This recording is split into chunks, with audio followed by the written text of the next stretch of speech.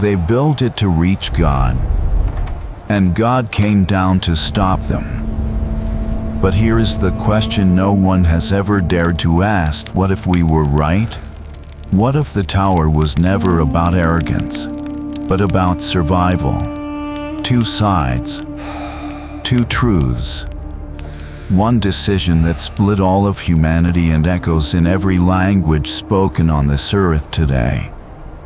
7,000 languages, 7,000 fragments of a single moment. Were we punished, or were we protected? By the end of this, you will have to choose a side. Some say what happened at Babel was real, carved in stone, buried beneath the sands of Babylon, waiting to be found. Others say it never happened the way you think, that it was never meant to be taken literally, that the story was always something deeper. Tonight, I will give you both. Every piece of evidence, every hidden document, every argument scholars have fought over for 2,000 years. And at the end, the choice is yours. Because this story does not end with the tower. It ends with you. This is the kind of story we tell here, not to give you answers, but to hand you the questions that matter. If that is what you came for, you are in the right place. My name is Nimrod, and I was there the day the sky fell silent. I was the one who gave the order to build. Not out of pride, not out of defiance, out of fear. You see, the flood had not been forgotten. Not by my generation, not by our children. The water that swallowed the whole earth, we still dreamed of it. Still woke in the night, breathing hard, reaching for ground that was dry. Noah was my great-grandfather. I grew up hearing the story not as legend, but as memory, as wound. And so when the rains came again, even a small rain, even a gray sky, you could feel it move through the camp like a sickness. Eyes going wide, mothers pulling children close, men gripping the walls of their tents. We were one people then, one language, one heartbeat. We had survived the end of the world together, and we were terrified of surviving it alone. That is why we came to the plain of Shinar. That is why we mixed the clay and cut the brick and looked up at the sky and said, we will build something that cannot be washed away. Not a monument to ourselves, a monument to our survival. I was king. But in that moment, standing at the base of what would become the greatest structure the ancient world had ever seen, I was just a man. A man who had heard the stories. A man who did not want his children to drown. What we built in Shinar, some call it ambition. Some call it blasphemy. I call it home. But the world remembers it by another name. The Tower of Babel. And what happened next is where everything becomes complicated. Let me tell you what they found. Not in scripture, not in theology, in the ground. In 1913, a German archaeologist named Robert Koldewey finished excavating the ruins of ancient Babylon. And beneath centuries of sand and rubble, he found it. The foundation of a structure so massive, so deliberately constructed, that scholars stopped arguing about whether it existed. They started arguing about how tall it actually was. The ancient Babylonians called it Etemenanki, the house whose foundation reaches heaven. 90 meters.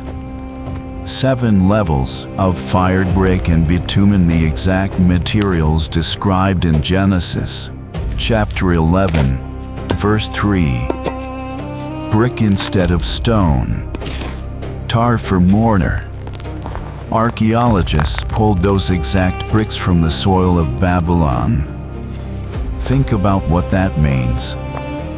For centuries, people said the Tower of Babel was myth, a story invented to explain why humans speak different languages, a fairy tale dressed in theology. And then the earth gave back the evidence. Now I know what you are thinking. Cool, Dewey found a ziggurat. Babylon had many ziggurats. How do we know this was the tower? Fair question. Here is what makes Etemenanki different from every other structure in the ancient world. The Greek historian Herodotus visited Babylon in 440 BC, centuries before Cole Dewey, centuries before modern archaeology. He described a tower at the center of the city, 8 levels, a sanctuary at the top. He wrote that the priests told him the god himself descended to sleep there, a structure built as a bridge between earth and heaven. And the Babylonian creation texts, the Enumelish, describe the gods looking down at the people of earth and seeing what they had built, seeing how unified they were, and being unsettled by it. Sound familiar? I stood at the base of that tower every morning. I watched my people carry brick after brick, men and women who had survived the flood, who had rebuilt their lives from mud and memory. There was no arrogance in their eyes. There was only determination. We were not trying to storm heaven. We were trying to make sure heaven could not forget us. Because a God who sees you cannot abandon you. That was the logic of the tower. That was my logic. And for a time it worked. The city grew. The people stayed together. The language held. One word meant the same thing to every mouth that spoke it. Can you imagine what that felt like? 7,000 languages on earth today, and we were one. Just one. But then something happened that no architect could have planned for, no king could have predicted, and no historian until very recently could fully explain. In 2011, a small clay tablet was pulled from a private collection and brought to scholars at the British Museum. It had been sitting in storage for decades, unread, uncatalogued, overlooked. When they finally translated it, they went quiet. The tablet dated to the reign of Nebuchadnezzar II, 6th century BC, and it described, in precise administrative detail, the Tower of Babel, not as legend, as a construction project. It listed the height, the materials, the workforce, the phases of construction. It even included a relief carving an image of the tower itself, with a figure standing beside it, a king, holding a measuring rod. Scholars called it the Tower of Babel steely, and it shattered every remaining argument that the structure was purely symbolic. This was a real building, documented by the people who built it, recorded on clay that survived 26 centuries underground. Now think about what that means for the story in Genesis. If the tower was real, then the city was real. The people were real. The unified language was real. And the moment everything changed, the two was real. I remember the morning it began. Not with thunder, not with fire, with confusion. A man turned to his brother to call for more brick, and his brother looked at him like a stranger. Not angry, not afraid, just lost. Like a word had been pulled from his mouth and replaced with a sound he had never heard before. Within hours, it spread through the entire workforce. Foremen could not direct their crews. Engineers could not coordinate their teams. Families separated by even a short distance could no longer call to each other across the scaffolding. The building stopped, not because anyone gave the order, because no one could understand the order. I stood at the top of what we had built, 7 levels of break and prayer, and I looked down at my people. And I saw something I had never seen before in all my years as king. I saw isolation. An entire city of people standing together and completely alone. That image never left me. The linguists today will tell you that human language is too complex, too varied, too deeply structured to have evolved from a single source through normal drift alone. Noam Chomsky, the most cited linguist in history, proposed that all human language shares a universal grammar, a deep structure, a common root. What if that root was not metaphor? What if it was memory? What if 7,000 languages are not proof that Babel never happened, but proof that it did? I built the tower to keep us together. And in one morning we were scattered. Not across miles. Across something far more permanent. Across meaning itself. But wait. Before you make up your mind, there is something the church did not want read from the pulpit. Something that changes the question entirely. Because what if the Tower of Babel was never about a building at all? What if the real story is about something the ancient world understood and the modern world has almost completely forgotten? Stay with me. If this story is moving something deep inside you right now, just type "Amen" in the comments. Let me know you are here with me. Everything I just told you is true, but so is this.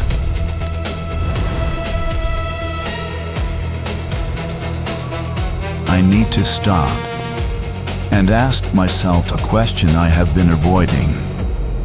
What if I have been telling you the wrong story? Not a lie, not a fabrication, but the wrong kind of truth. Because there is another way to read what happened at Babel. And the scholars who hold this view are not French voices.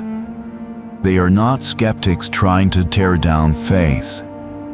They are theologians, linguists, ancient Near East historians who have spent their entire careers inside these texts. And they will tell you something that stops you cold. The Hebrew word used in Genesis 11 for confuse, the word translated as God confusing the languages, is Balal. Balal does not only mean to scatter or to mix.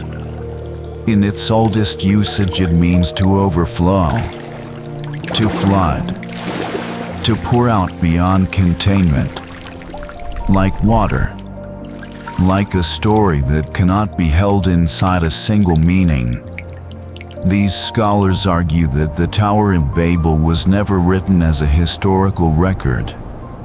It was written as a theological poem, a carefully constructed narrative designed to answer one of the oldest questions humanity has ever asked. Why are we so divided? Why do we look at someone standing 3 feet away from us, same eyes, same hands, same hunger, and feel like we are looking at a stranger. The ancient Hebrew writers were not naive. They knew the world was vast. They knew other peoples existed. They knew languages were different. What they were doing in Genesis 11 was not reporting. They were interpreting, giving theological meaning to a reality every human being already experienced. The reality of separation. Now here is where it gets deeper. The Table of Nations in Genesis 10, the chapter that comes immediately before the Tower in Babel story, already lists the nations of the world as speaking different languages. Read that again. Chapter 10 before Babel already describes multiple languages. Chapter 11, the Tower, then explains how the languages came to be.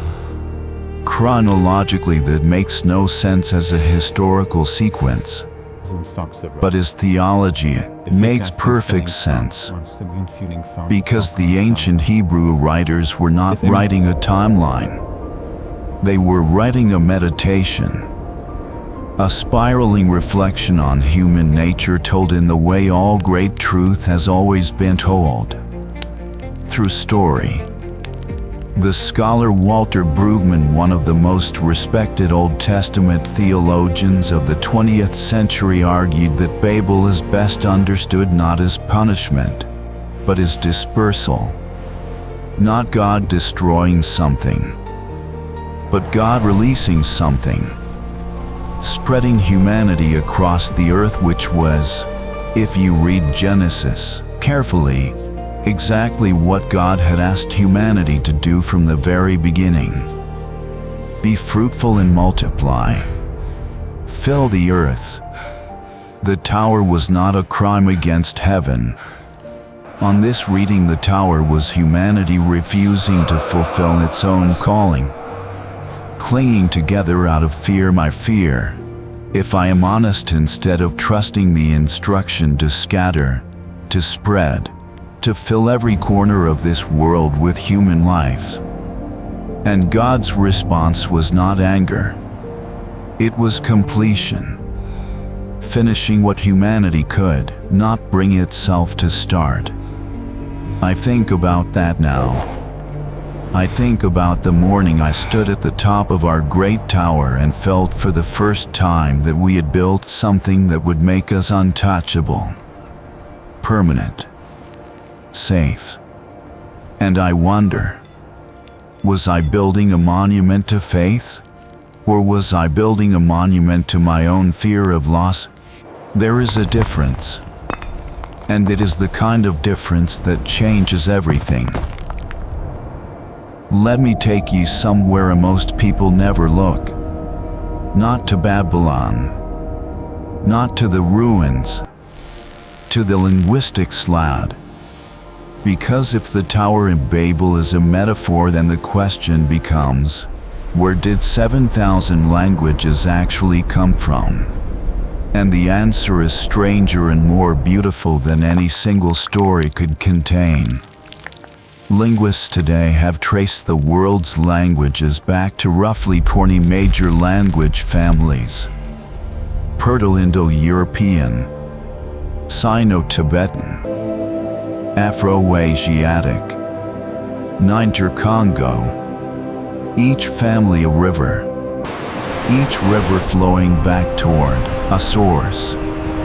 And when you follow those rivers far enough, something remarkable happens. The differences begin to dissolve.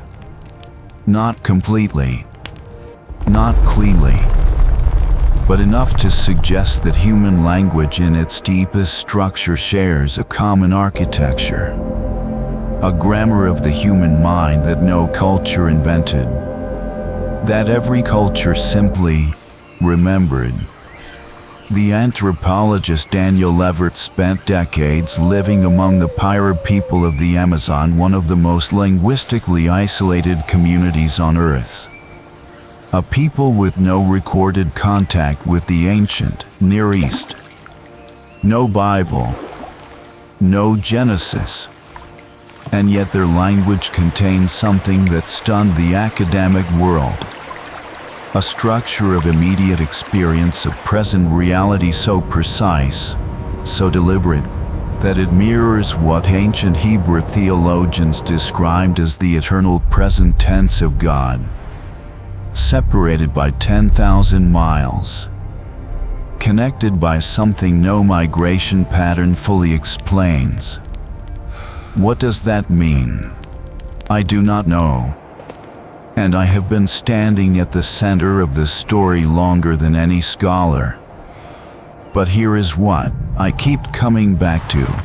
Whether Babel was a building or a poem, the fracture it describes is real. You feel it every time you reach for a word and find it missing.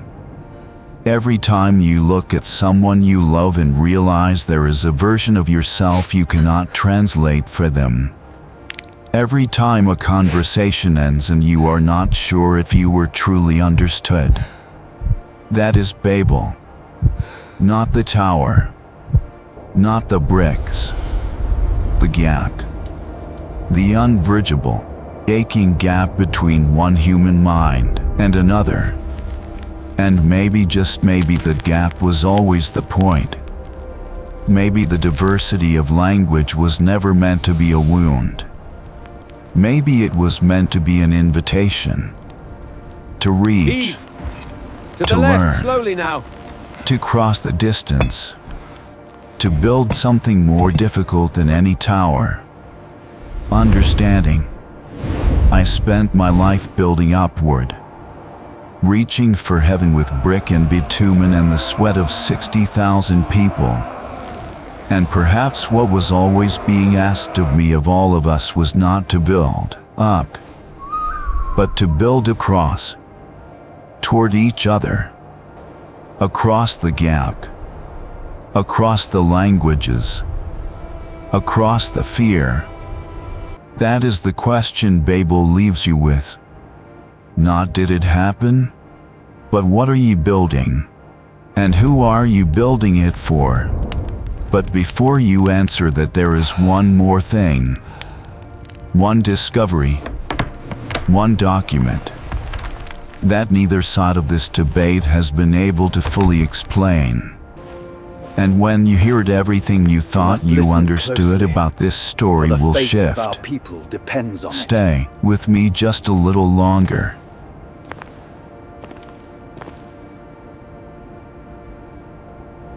Now we arrive at the place every honest storyteller must eventually reach. Not the place where I tell you what to believe, but the place where I lay down everything side by side and let you see it whole. What Scripture actually records. Genesis 11, verses 1 through 9.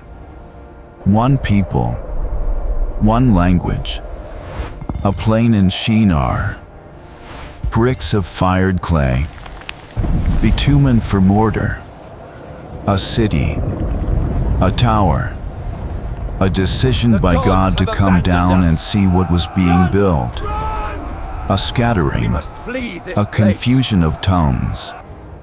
9 verses. That is all. 9 verses that have generated 2,000 years of debate, archaeological expeditions, linguistic revolutions, theological dissertations, and tonight, this conversation between you and me. Now let me place the two sides before you one final time. Side A, the physical evidence is undeniable. Etemenanki exists. The Tower of Babel still exists. The bricks match Genesis exactly. Fired clay, bitumen mortar, recovered from the soil of Babylon by Robert Goldewey in 1913. Herodotus described the tower centuries before modern archaeology confirmed it. The Enumelech describes God's observing unified humanity with unease, echoing Genesis almost word for word. The Tower of Babel was a real structure, in a real city, built by real people who shared a real language, and what happened there changed the course of human history permanently. Side B. Read the text more carefully. Genesis 10, the chapter immediately before Babel, already lists the nations as speaking different languages. The literary structure of Genesis 11 is not historical chronicle, it is theological poetry. The Hebrew word balal carries the ancient meaning of overflow, of pouring out beyond containment. Walter Brueggemann and the tradition of Old Testament scholarship he represents argue that Babel is not punishment, it is completion. God finishing what humanity refused to begin. The scattering was not destruction. It was the fulfillment of the oldest instruction, fill the earth. 2 readings, both grounded in scholarship, both grounded in the text. And here is what I find standing between them after everything. The gap is not between faith and science. The gap is between 2 kinds of truth. The truth that needs a foundation of stone, and the truth that needs a foundation of meaning. Neither is false. Neither is complete without the other. A building without meaning is just trouble. A meaning without grounding is just air. Babel, whatever it was, gave us both. The ruins to touch, and the question to carry. 2,000 years of scholars have stood exactly where you are standing now, looking at the same 9 verses, reaching different conclusions. Today it is your turn. Before I give you the sources, if you believe someone you love needs to hear this today, share this video right now. That is your blessing to give them. Everything you heard tonight comes from real documents, real discoveries, real scholarship. The Tower of Babel, steelly translated and presented at the British Museum, 2011. The ruins of Etemenanki, excavated by Robert Koldewey, Deutsche Orientgesellschaft, 1913. The Histories by Herodotus, Book 1, written approximately 440 BC. The Enumeratus, ancient Babylonian creation epic, translated by L.W. King, British Museum. Genesis, chapters 10 and 11, New International Version and King James Version. Walter Brueggemann, Genesis, Interpretation, a Bible commentary for teaching and preaching. John Knox Press, 1982. Noam Chomsky, Universal Grammar in the Language Faculty, MIT Linguistics. Daniel Everett, Language, The Cultural Tool, Pantheon Books, 2012. Full links to every source in the description below. Read them. Challenge them. Come back and tell me what you found. Because the conversation does not end here. It starts here. Now you know what I know. You have heard the archaeologist and the theologian, the brick and the metaphor, the ruin and the poem. And now it is your turn to speak. So tell me, Team A, the tower was real. The ruins are real. The scattering was real. A moment in human history when everything changed in a single morning, and the echo of that morning lives in every language spoken on this earth today. Or Team B, the tower was always a mirror. A story written by people who understood something profound about human nature. That we cling, that we fear, that we build walls when we should be building bridges. and that sometimes the most divine thing that can happen to a frightened people is to be scattered into the very life they were always meant to live. Drop your answer below, Team A or Team B, and tell me why. Because 2,000 years of history deserves more than silence. Before you go, I wanted to tell you what is coming next. We are going deeper into the stories that history almost buried. Next, we asked the question that scholars have debated behind closed doors for decades. Was Mary Magdalene the most important witness of the resurrection, and why was her testimony almost erased from the record entirely? If that question moves something in you, stay close. You will not want to miss it. And if you believe truth deserves to be heard, you know what to do. Every morning, somewhere on this earth, a child wakes up and speaks their first word. In Mandarin, in Arabic, in Swahili, in English, in languages that have no name in any dictionary you have ever held. 7,000 first words. 7,000 fragments of a single morning in Shinar, when we were one, and were scattered into everything. Maybe that is not a tragedy. Maybe that is the most ambitious thing God ever built. Not a tower, but us. Broken into pieces. And still, after all of it, still reaching.